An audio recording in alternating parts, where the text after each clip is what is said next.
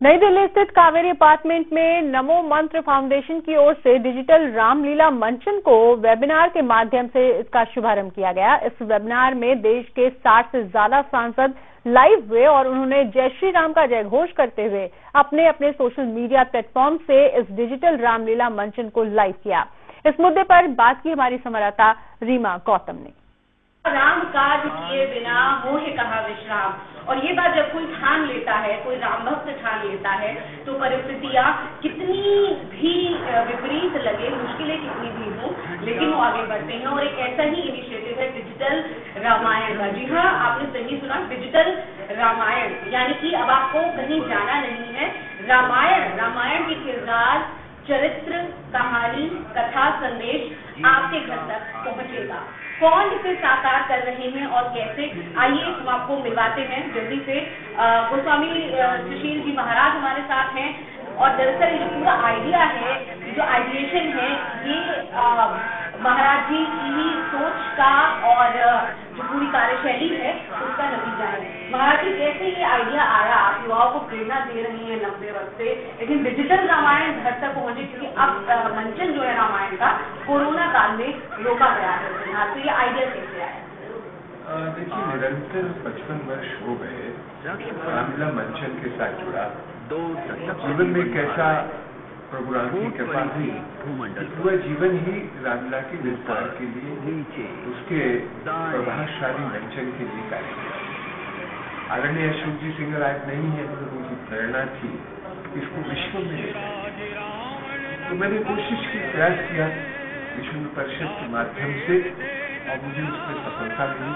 क्योंकि राम एक ऐसा नाम है मनुष्यता के लिए, मानवता के लिए, जो किसी देश या सीमाओं में बंधा हुआ। राम जन जन के मन के राजा है। अर्थात हम जो हिंदू समाज के लोग हैं, तो राम को अवतार मानकर ईश्वर मानते, मगर दुनिया में और लोग हैं, कोई उनको ईश्वर मानता है, कोई राजा मानता है, मगर कोई आचरण राम संस्कृति का करता है, वो आज नहीं मानता। तो मेरे मन में आया कि ऐसे काल में जब रामलीलाओं का मंचन नहीं हो पाएगा, तो क्या हम रामलीला से वंचित हो जाए, या हमारा जो दशहरा उत्सव होता है उसको मनाना छोड़ दें। तो मन में आया, जो प्रतिवर्ष हम रिकॉर्डिंग करते हैं, ये मूवी नहीं है, ये सीरियल नहीं है, हम जो रामलीला का मंचन करते हैं उसकी जो रिकॉर्डिंग किया, उसका संग्रह करना शुरू किया। संग्रह करने के बाद फिर उसको विस्तार दिया, एक नया स्वरूप दिया। नया स्वरूप लेकर नमो मंत्र उसमें आता है, फाउंडेशन है। वो कहता है, गुरु जी मैं इस कार्य के लिए हमारी टीम काम करेगी। तो हमने कही जनमानस में कैसे पहुंचे, तो उन्होंने शुरू किया। तो उन्होंने खोज की, हमारे प्रिय अजय भट्ट जी को उन्होंने मुलाकात की, उन्होंने अपना आइडिया दिया, मेरे बारे में उनको बताया।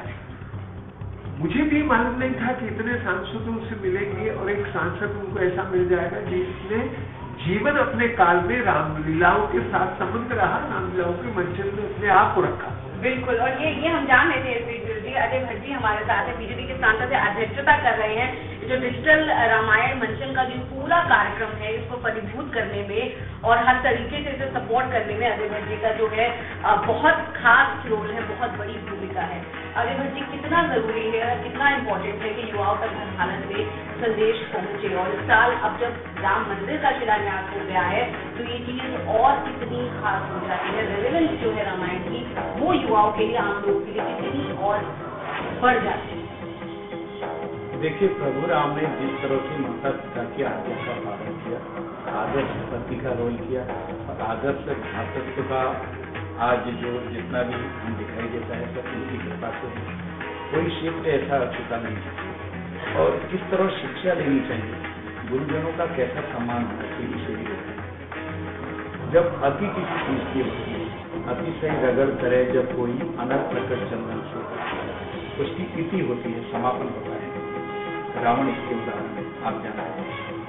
तो इस तरह से युवकों में अधिकतम संख्या में, हमको अधिकतम मात्रा में, अधिकतम लोगों में रामायण को फैलाना है। आज की जो शिक्षा है वो अजीब सी शिक्षा है। माता पिता से कहते हैं आपका फर्ज था, हम पैदा हुए हैं तो हमें ये दीजिए वो दीजिए। लेकिन रामायण हर हालत में माता पिता की सेवा की, हर हालत में। बिल्कुल ठीक कहा आपने। राम सबके हैं, मर्यादा पुरुषोत्तम है। जीवन का आप सर्वश्रेष्ठ भाव अगर देखना चाहते हैं किसी के जीवन में तो वो राम का है। और ये जो संदेश अब आगे जाने वाला है देश के युवाओं में, डिजिटल मंचन का एक बड़ा लक्ष्य ये है उन तक संदेश पहुंचे। और हमारे साथ एक ऐसे ही युवा नवचेतना का चेहरा है साध्वी प्रज्ञा जी, जो अब तक लाखों युवाओं तक इस चेतना को पहुंचा चुकी है। साध्वी प्रज्ञा जी, आपसे मैं जानना चाहूंगी डिजिटल मंचन रामायण का आज के वक्त में युवाओं को किस तरह से जोड़ेगा और कितनी जरूरत है, क्योंकि हर तरीके की चुनौतियां हैं, डिप्रेशन है, आर्थिक तौर पे परेशानियां हैं, तो कितनी मदद ये करेगा युवाओं को जोड़ने? देखिए रीमा जी, सबसे पहले तो मैं ये कहूँगी कि डिजिटल रामलीला बहुत ही ब्रिलियंट इनिशिएटिव है जो नमो मंत्रा फाउंडेशन ने लिया है। तो स्वामी जी के नेतृत्व में इसे चलाया जा रहा है और अजय दत्त भाई साहब इसकी अध्यक्षता कर रहे हैं।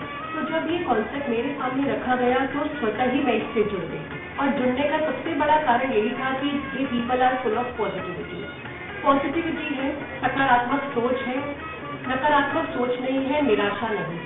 और जहाँ निराशा नहीं है, जहाँ नकारात्मक सोच नहीं है, वहीं पॉजिटिविटी है, वहीं राम है। लेकिन बात ये आती है जो देश का युवा है, राष्ट्र का युवा है, कहीं न कहीं आज आपको मजबूर सा दिखता है। बहुत सारे युवा हैं जो जिनका एनर्जी लेवल बहुत लो हो चुका है, उत्साह की कमी है, उमंग की कमी है। और साथ ही साथ ऐसा भी कई बार पाकड़ों को भी देखे तो सुसाइडल रेट्स बहुत ज्यादा बढ़ रहे हैं, डिप्रेशन है, स्ट्रेस है। ऐसे में इस खासकर इस कोविड-19 के काल में, पेंडेमिक के काल में डिजिटल रामलीला की महत्वता और ज्यादा बढ़ जाती है। मेरी तो यही प्रार्थना है, प्रभु श्री राम अपनी कृपा समस्त मानव जाति पे बनाए रखें, सबको इतनी क्षमता दें, इतना सामर्थ्य दें कि हम प्रभु के इस संदेश को जन जन में प्रसारित करें, जैसे कि डिजिटल रामलीला के माध्यम से हो रहा है। People across the globe are connecting with us और इससे बहुत ही एक संबल मिल जाता है। बिल्कुल, और यही है कि अगर आप सोच ले कि किसी भी हालत में आपको संदेश आगे तक ले जाना है तो कोई भी चुनौती मायने नहीं रखती। और यही प्रभु राम का जीवन भी सिखाता है। बहुत बहुत धन्यवाद अजय जी आपका और प्रज्ञा जी आपका। राम रामेति रामेति रमे रामे मनोरमे सहस्र नाम दातुल्यम श्री राम नाम वरानने।